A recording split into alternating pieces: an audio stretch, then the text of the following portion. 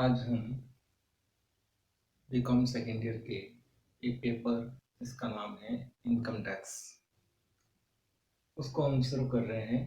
Subject का नाम है इनकम टैक्स। इस सब्जेक्ट की यह पहली क्लास है। इससे पहले हमने कॉस्ट अकाउंटिंग सब्जेक्ट को पढ़ा था। इनकम टैक्स सब्जेक्ट शुरू करें, उसमें सबसे पहली बात आती है कि इनकम जो है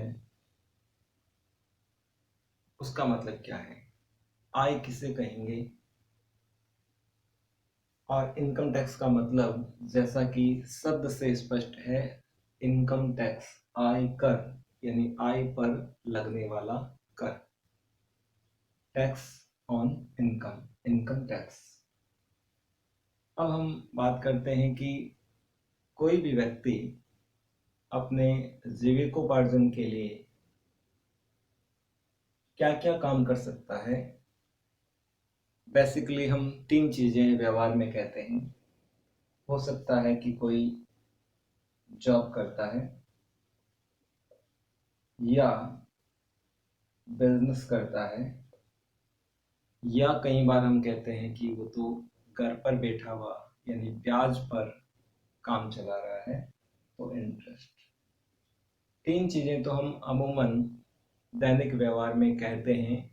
या तो कोई व्यक्ति सर्विस करेगा कमाने के लिए, या बिजनेस, बिजनेस का मतलब बिजनेस और प्रोफेशन दोनों ही चीजें हैं, या फिर कोई जहां जमा कर रखा है पैसा, वहां से उसको इंटरेस्ट मिलता है, डिविडेंड मिलता है, उससे वो कमाता है। यहाँ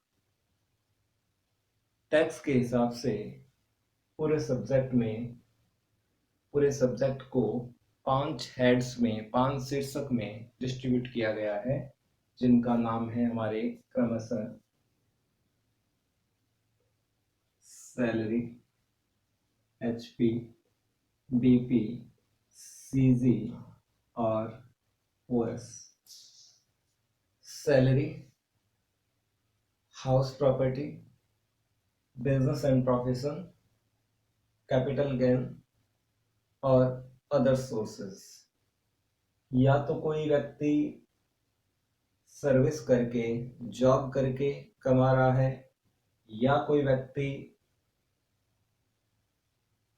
बिजनेस या प्रोफेशन में लगा हुआ है, या कोई व्यक्ति मकानों को किराए पर देने का काम कर रहा है, हाउस प्रॉपर्टी है, मकान बना करके और उसको रेंट पर दे करके कमा रहा है, या फिर कोई व्यक्ति कुछ कैपिटल एसेट्स को रखता है, बेचता है, उससे जो प्रॉफिट और लॉस होता है वो कैपिटल गेन। या इसके अलावा कोई इनकम जो इन चारों हेड में किसी में भी शामिल नहीं हो सकती, ना वो सैलरी हेड में है, ना एचपी में है, ना बीपी में है, ना सीजी में है, तो बचता है अदर सोर्सेज, अन्य शीर्षकों से आए। जैसे नाम से ही स्पष्ट है, इन चार के अलावा कोई भी इनकम अगर है तो उसको हम अदर सोर्सेज हेड में डाल देते हैं। अन्य साधन वो इंटरेस्ट के रूप में हो सकता है, डिविडेंड के रूप में हो सकता है। तो इस पूरे टैक्स, इनकम टैक्स सब्जेक्ट में हम जब स्टडी करेंगे तो इन 5 हेड पर फोकस रहेगा। सैलरी हेड है, हाउस प्रॉपर्टी है, बिजनेस एंड प्रोफेशन है, कैपिटल गेन है, अदर सोर्सेस है। ये थोड़ी आगे की बात होगी। मैं इसके मेन कंसेप्ट को लेते हुए सब्जेक्ट को शुरू कर रहा हूँ। यहाँ लिखा है काइंड्स ऑफ टैक्स, यानी टैक्स कितने प्रकार के होते हैं। 2 भागों में इसको बांटा गया है। एक है आपका डायरेक्ट टैक्स, सेकंड लिखा हुआ है इनडायरेक्ट टैक्स। प्रत्यक्ष कर, अप्रत्यक्ष कर। क्या मतलब है प्रत्यक्ष और अप्रत्यक्ष कर का, और इनकम टैक्स किस कैटेगरी का, किस टाइप का टैक्स है। पहली बात है, इनकम टैक्स जो है वो एक डायरेक्ट टैक्स है। अब डायरेक्ट टैक्स और इनडायरेक्ट टैक्स किसे कहेंगे, क्या इसकी डेफिनेशन होगी, क्या इसकी पहचान होगी। यहाँ 2 शब्द लिखे हुए हैं। एक शब्द है हमारा इंसिडेंस ऑफ टैक्स, दूसरा लिखा हुआ है इम्पैक्ट और burden of tax. Incidence of tax को हिंदी में कराघात शब्द से कहा जाता है और इम्पैक्ट या बर्डन ऑफ टैक्स को हिंदी में करापात कहते हैं। अगर दोनों चीजें एक ही व्यक्ति पर लागू होती है, इंसिडेंस और बर्डन, यानी जिस पर टैक्स लगाया जाता है और जो रियल में पे करता है, अगर वो दोनों एक ही व्यक्ति है तो वो टैक्स जो है वो डायरेक्ट टैक्स की कैटेगरी में आता है। जैसे इनकम टैक्स है, जिस व्यक्ति पर मिस्टर राम पर लगाया जा रहा है, तो जिस पर लगाया जा रहा है और फाइनली पे कौन करेगा, मिस्टर राम। तो यहाँ लगाना, टैक्स को आरोपित करना, जिसको कराघात भी कह सकते हैं, एक इवेंट ये है इंसिडेंस ऑफ टैक्स। और दूसरा है इम्पैक्ट, को हम बर्डन वर्ड से ज्यादा समझ सकते हैं। बर्डन ऑफ टैक्स यानी जो बियर करता है, जो वहन करता है, जो सहन करता है। ये दोनों चीजें जब एक ही व्यक्ति पर होती है, कराघात और करापात, इंसिडेंस और इम्पैक्ट ऑफ टैक्स, तो ये टैक्स जो है वो डायरेक्ट टैक्स की कैटेगरी में आता है। अब आप कहेंगे कि इनडायरेक्ट टैक्स में ये दोनों अलग अलग व्यक्तियों पर होता है। इंसिडेंस जैसे जीएसटी है, गुड्स एंड सर्विस टैक्स है, ये एक इनडायरेक्ट टैक्स है। इनडायरेक्ट टैक्स कैसे है कि बिजनेसमैन जो है उस पर वो इंसिडेंस ऑफ टैक्स होता है और फाइनली पे कौन करता है, कस्टमर है, कंज्यूमर है, वो पे करता है, तो वो इम्पैक्ट ऑफ टैक्स। इसका मतलब है यहाँ मान लीजिए बिजनेसमैन जो है वो राम है और जो कंज्यूमर है वो सीता है। इसका मतलब यहाँ पर दोनों व्यक्ति क्या है, अलग अलग है। इंसिडेंस हो रहा है राम पर, इम्पैक्ट हो रहा है, इट मीन्स बर्डन हो रहा है सीता पर। इसका मतलब इस कॉन्सेप्ट को जो कहते हैं वो आपका इनडायरेक्ट टैक्स है। तो यहाँ हमने देखा कि दो तरह के टैक्स होते हैं, डायरेक्ट टैक्स और इनडायरेक्ट टैक्स। डायरेक्ट टैक्स और इनडायरेक्ट टैक्स, डायरेक्ट टैक्स का मतलब है जहां पर आपका इंसिडेंस और इम्पैक्ट जो है वो एक ही व्यक्ति पर होता है, वो आपका डायरेक्ट टैक्स है। जहां दोनों अलग अलग व्यक्ति होते हैं, वो हमारा इनडायरेक्ट टैक्स की कैटेगरी में आता है। डायरेक्ट टैक्स और इनडायरेक्ट टैक्स को हमने देखा अभी। अब आता है कि ये भारत में कब लागू हुआ। भारत में सर्वप्रथम 1860 में ये टैक्स लागू किया गया और उससे लागू करने का कारण 1857 का जो सैनिक विद्रोह या क्रांति कहें, उसके कारण जो आर्थिक नुकसान, आर्थिक समस्या है, उसके निराकरण के लिए ब्रिटिश सरकार ने इस कंसेप्ट को लागू किया। तो ये 1857 के सैनिक विद्रोह के कारण भारत में फिर लागू किया गया 1860 में। अब इसमें उस समय, जैसे अभी हम कहते हैं टैक्स फ्री लिमिट, जो स्लैब बने हुए हैं, तो उस समय जो कर मुक्त सीमा थी इनकम टैक्स की, वो मात्र 200 रुपए थी। उस समय 1860 में 200 रुपए की टैक्स फ्री लिमिट थी, इससे ऊपर टैक्स लगता था। ये एक इसके हिस्ट्री पार्ट को ही मान सकते हैं कि 1860 में लागू हुआ। रीजन था 1857 का जो सैनिक विद्रोह था, और उस समय जो फर्स्ट टाइम जो टैक्स फ्री लिमिट थी वो आपकी 200 रुपए थी। अब हम बात करते हैं कि इस सब्जेक्ट को हम आगे बढ़ेंगे तो इसका जो पहला चैप्टर है इनकम टैक्स एंड इंट्रोडक्शन।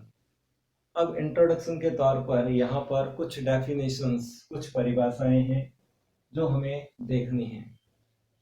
किसी भी सब्जेक्ट्स के लिए उसकी जो मूल बातें हैं, जो बेसिक फैक्ट्स हैं, उनको हमें पहले स्टडी करना होता है। यहाँ कुछ बातें लिखी गई है। लिखा हुआ है इनकम। इनकम मीन्स आय। टैक्स के हिसाब से इनकम किसको कहेंगे, यानी ये सारी definition according to, regarding to income tax view of point से अगर बात करें, इनकम किसे कहेंगे, पर्सन यानी व्यक्ति, व्यक्ति किसे कहेंगे? एसएससी, एसएससी का मतलब यहाँ करदाता है, करदाता किसको कहेंगे? असेसमेंट ईयर यानी कर निर्धारण वर्ष, कर निर्धारण वर्ष किसको कहते हैं? प्रीवियस ईयर यानी गत वर्ष किसको कहेंगे?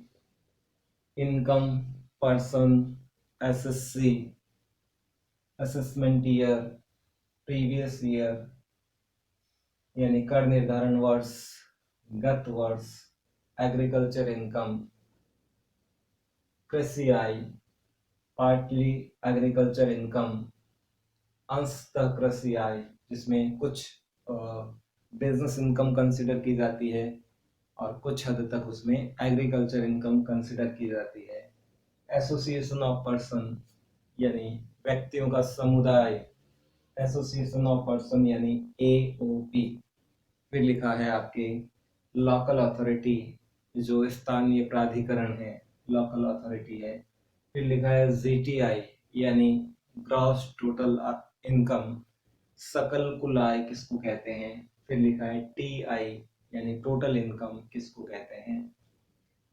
ये सारी चीजें हैं, ये हमें इसको एक एक करके देखना है, क्योंकि ये चीजें हमारे क्लियर होगी तभी हम आगे इस चैप्टर को और ले पाएंगे।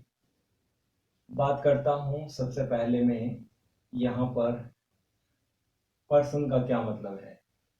यहाँ पर्सन का मतलब लिखा हुआ है, वैसे हम व्यक्ति कहते हैं, मिस्टर श्याम, मिस्टर राकेश, ये एक व्यक्ति है, लेकिन अकॉर्डिंग टू इनकम टैक्स यहाँ पर व्यक्ति का मतलब केवल व्यक्ति से नहीं है, कुछ वर्ड्स लिखे हुए हैं, चाहे वो इंडिविजुअल है, इंडिविजुअल को हम यहाँ व्यष्टि बोलते हैं, व्यष्टि।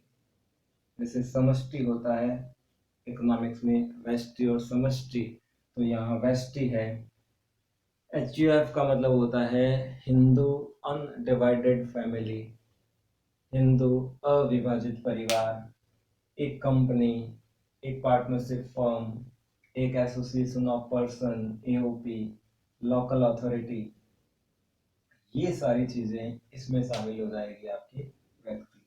व्यक्ति का मतलब व्यष्टि से है, एचयूएफ भी शामिल होगा, कंपनी होगी, फर्म होगा, एओपी होगा और लोकल अथॉरिटी होगा।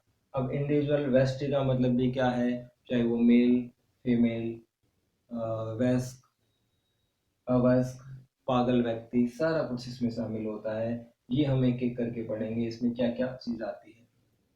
उसके बाद में कुछ चीजें आती है, वो है, मैं पहला इसको ले चुका हूँ, पर्सन किसको कहते हैं। अब आता है एसएससी, करदाता। करदाता इनकम टैक्स के हिसाब से वह व्यक्ति जो कर देने के लिए देय है, उत्तरदायी है, जवाबदेह है, वो आपका एसएससी होता है। जो कर देने के लिए दे, जो कर चुकाने के लिए उत्तरदायी है। अब यह भी है कि इसमें ऐसा नहीं है कि व्यक्ति खुद की इनकम के लिए ही टैक्स पे करने के लिए एसएससी के तौर पर जाना जाएगा। कई बार दूसरे व्यक्तियों के संदर्भ में भी हम एसएससी हो सकते हैं, रिप्रेजेंटेटिव हो सकते हैं, माइनर चाइल्ड के रेफरेंस में हो सकते हैं, पागल व्यक्ति के संबंध में हो सकते हैं।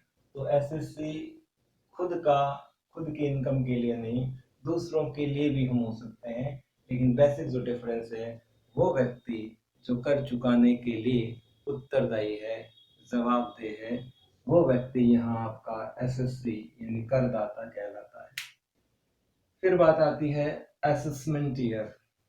ये दो शब्द जो लिखे गए हैं, इनको ध्यान से समझना है, असेसमेंट ईयर और प्रीवियस ईयर।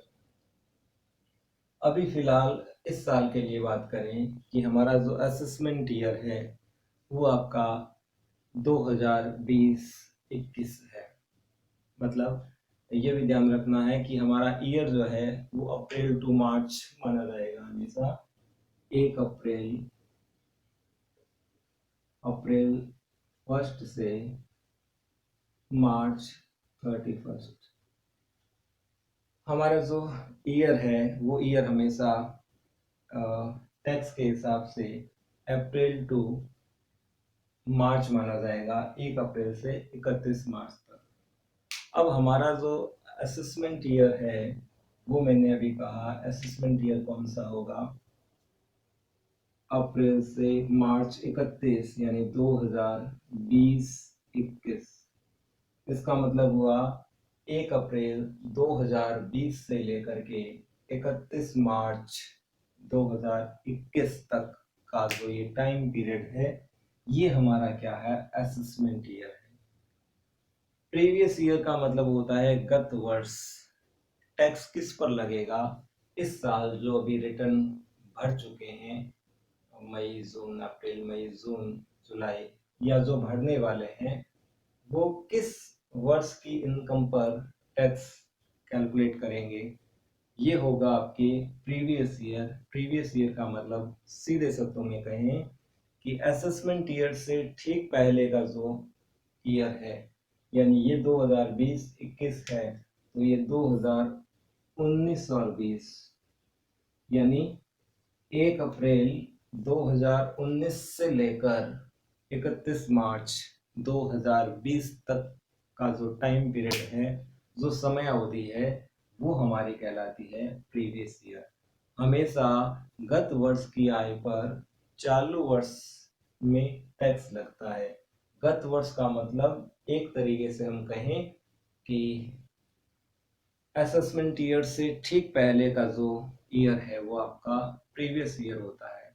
और वैसे अगर हम इस साल के रेफरेंस में कहें तो इस साल के का मतलब है प्रीवियस ईयर होगा 1 अप्रैल 2019 से लेकर 31 मार्च 2020 तक का जो समय अवधि है वो आपकी प्रीवियस ईयर है।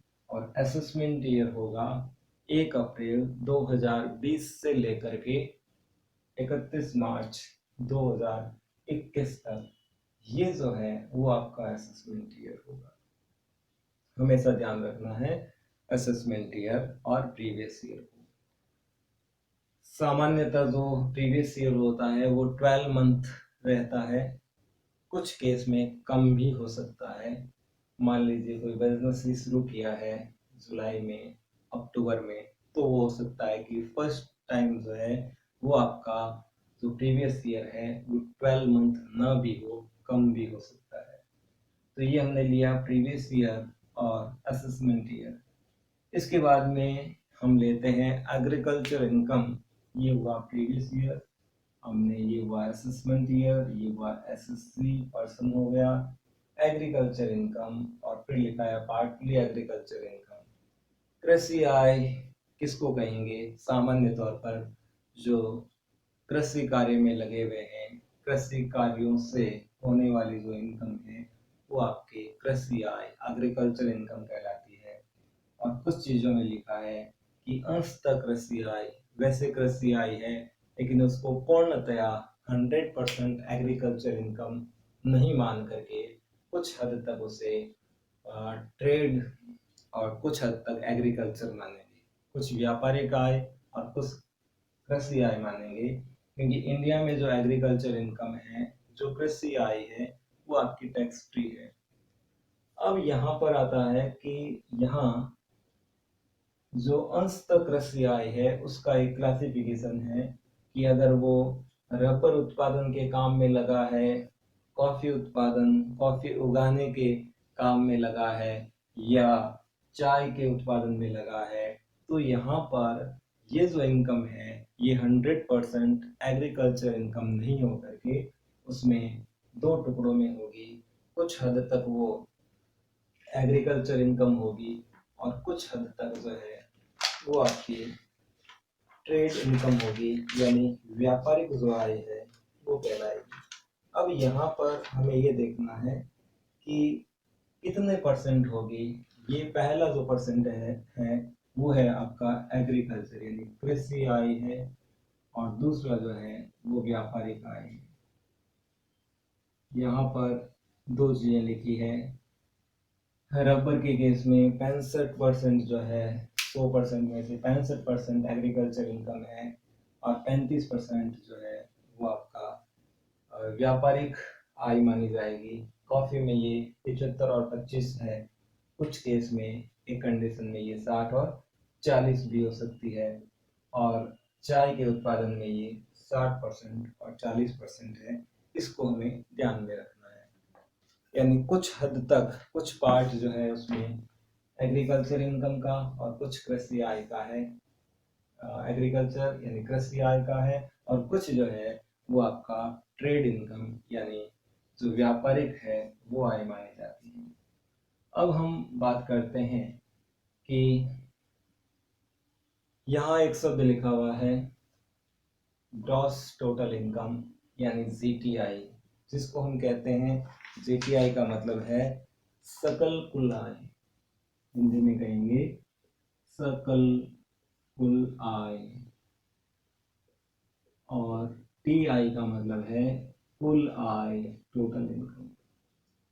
क्या मतलब है कि हम जब आगे कैलकुलेट करेंगे और आगे बढ़ेंगे, सारे हेड्स पढ़ेंगे, फिर हम जब असेसमेंट की बात होगी, टैक्स पेबल अमाउंट कैलकुलेट करने की बात होगी, तो यहाँ एक आएगी gross total income. Gross total income का मतलब एक मायने में हम ये कहें कि जिसमें से कोई भी डिडक्शंस जो है, कोई भी कटौती जो टैक्स में मिलती है हमें, वो डिडक्ट नहीं की हुई है, यानी कटौती से पहले की जो इनकम है वो आपकी जीटीआई कहलाती है। यानी पांचों हेड की इनकम जो है, सैलरी है, एचपी है, बीपी है, सीजी है, ओएस है, इन सारों की एग्रीगेट कर लिया, कंबाइंड इनकम है, वो आपका ग्रॉस टोटल इनकम है। अब इसमें से 80C से लेकर के सेक्शन 80U तक की जो कटौतियां हैं, जो डिडक्शंस हैं, वो डिडक्शंस जब घटाएंगे तो जो इनकम आएगी वो आपके टोटल इनकम आएगी। इसका मतलब इसमें से यदि हम जो कटौतियां हैं वो डिडक्ट कर देंगे तो बाद में जो आएगा वो आपकी टी आई यानी टोटल इनकम होगी। अब ये सारा, ये भी हो गया आपका जीटीआई और ये टीआई कुल आय। ये सारी चीजें हैं। एग्रीकल्चर इनकम भी हुआ और पार्टली एग्रीकल्चर इनकम भी हो गया, पर्सन भी हो गया, हेड्स भी हो गए। अब एक चीज रहती है कि हम इनकम किसको कहेंगे। इनकम टैक्स नाम है तो यहाँ इनकम का मतलब क्या होगा, ये हमें देखना है कि इनकम का आखिर मतलब क्या है। तो अब हम इनकम टैक्स में इनकम को क्लियरली डिफाइन नहीं किया गया है कि कौन सी इनकम, किसे इनकम माना जाएगा, किसे नहीं माना जाएगा। लेकिन जो उच्चतम न्यायालय है, उन्होंने समय समय पर विभिन्न मामलों में जो निर्णय दिए हैं, उन निर्णयों के आधार पर हम पहचान कर सकते हैं कि किसी मद को आय की श्रेणी में रखा जाएगा या नहीं रखा जाएगा। पहली बात, जैसे एक पॉइंट दिया हुआ है कि आय मुद्रा में हो अथवा मुद्रा तुल्य हो। मतलब या तो इनकम जो है वो आपको मॉनेटरी वे में मिल रही है, या फिर पदार्थ के रूप में भी मिल रही है, लेकिन आप उसे इक्विवेलेंट टू मनी यानी मुद्रा में बदल सकते हैं। इसको कहते हैं मुद्रा तुल्य। इसका मतलब ये हुआ कि यदि कोई ऐसी प्राप्ति है जिसको हम मुद्रा में कन्वर्ट नहीं कर सकते, तो फिर उसे इनकम नहीं माना जाएगा। दूसरी बात लिखी है, एक पहचान लिखी है, साधन की निश्चितता। यानी आपको जो आय हो रही है उसमें उसका जो सोर्स है, जो साधन है, वो निश्चित होना चाहिए। जैसे अभी मैंने कहा कि या तो वो सैलरी हेड से हो सकता है, एचपी हेड से हो सकता है, बिजनेस प्रोफेशन हेड हो सकता है, अदर सोर्सेज हेड हो सकता है, कैपिटल गेन हेड हो सकता है।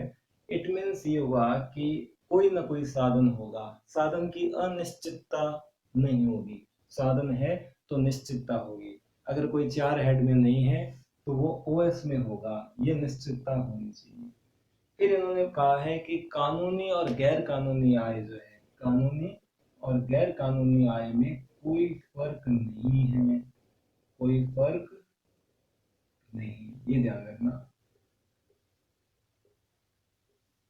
एक बात यहाँ है कि इनकम लीगल है इलीगल है नहीं, इसमें कोई डिफरेंस नहीं किया जाएगा। देखिए, सरकार को टैक्स लेना है, इस हिसाब से उन्होंने ये पॉइंट दिया कि लीगल है इलीगल है, इसमें हम कोई डिफरेंस नहीं करेंगे, कोई फर्क नहीं करेंगे, उसमें आपको टैक्स देना पड़ेगा, चाहे कानूनी है चाहे गैर कानूनी है। इसीलिए कई बार काले धन को उजागर करने के लिए कहते हैं, अगर आपका इलीगल जो अमाउंट है उसको यदि आप डिपॉजिट करवाते हो तो इतने परसेंट टैक्स दे करके कर सकते हो। इसका मतलब यहाँ है कि कानूनी है या गैर कानूनी आय है, इसमें कोई फर्क नहीं माना जाएगा। फिर है नियमितता का होना जरूरी नहीं है। नियमितता का होना जरूरी नहीं है मतलब क्या है कि आपकी जो इनकम है वो जरूरी नहीं है कि वो पर मंथ हो, पर वीक हो, ऐसी कोई नियमितता नहीं है। हो सकता है कि कभी इनकम हो गई, 4 महीने नहीं हुई, उसके बाद हो सकती है। तो ज़रूरी नहीं है कि वो डेली बेसिस हो, वीकली हो या मंथली हो, क्वार्टरली हो। नियमितता का या वो रेगुलर वे में होती है, ऐसा होना ज़रूरी नहीं है। हो सकता है कि कभी इनकम हुई, उस समय तक नहीं है, तो ये भी कोई एक फाउंडेशन नहीं है कि कंटिन्यूटी हो उसमें, इनकम में। फिर है कि अगर विवादास्पद आय है, विवादास्पद आय पर भी टैक्स लगता है। विवादास्पद अगर कोई आय है उस पर भी टैक्स लगेगा। अब विवादास्पद आय का मतलब क्या है? मान लीजिए कोई ऐसी इनकम है, ऐसी कोई एसेट है जिसके स्वामित्व को लेकर के पक्षकारों में, भाइयों में कोई विवाद है। मान लीजिए ABCD चार के पास एक सम्मिलित रूप में कोई प्रॉपर्टी है, हाउस प्रॉपर्टी है, विवाद है, इसलिए ऐसा नहीं है कि उस पर टैक्स नहीं लगेगा। यहाँ लिखा है विवादास्पद आय है उस पर भी टैक्स लगेगा। अब बात आती है कि किस पर लगेगा? जो जिसके स्वामित्व में है, जिसके पास, जिसने होल्ड कर रखा है। मान लीजिए वो मिस्टर सी के पास मकान संपत्ति है, तो सी पर लगेगा। विवाद है, इस बहाने के आधार पर, इस तथ्य के आधार पर टैक्स से बच नहीं सकते, विवादास्पद आय पर भी टैक्स लगेगा। फिर आता है वैसे छुटकारा जो है वो आय नहीं है। इस चीज को समझिए। कोई खर्चे से आप बच गए किसी भी कारण से, अगर खर्चे से छुटकारा मिल जाता है तो खर्चे से छुटकारा जो है वो आपकी इनकम नहीं मानी जाएगी। या ऐसा कहें कि जैसे उदाहरण के तौर पर मान लीजिए कोई डिवेंचर होल्डर्स है, वो कंपनी के पक्ष में पिछले 6 महीनों का ब्याज छोड़ देता है, तो वो छोड़ा गया जो ब्याज है वो सैक्रिफाइस इंटरेस्ट है, वो उस कंपनी के लिए इनकम नहीं है। अब बात आती है संभावित आय को आय नहीं मानते।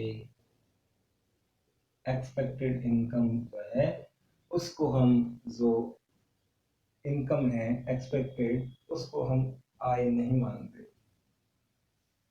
क्या मतलब है कि कोई इनकम हो सकती है, ऐसी संभावना है, वैल्यूज बढ़ गए, बढ़ सकते हैं या बढ़ गए, लेकिन इस आधार पर हम उसको इनकम कंसिडर नहीं करेंगे। हाँ, यदि उस संपत्ति जिसमें वृद्धि हुई है उसको हम बेच देते हैं तो अगर इनकम है तो फिर वो किसी हेड में शामिल होगी, लेकिन केवल इस आधार पर कि हो सकती है या वैल्यूज बढ़ गए, इस आधार पर नहीं किया जा सकता।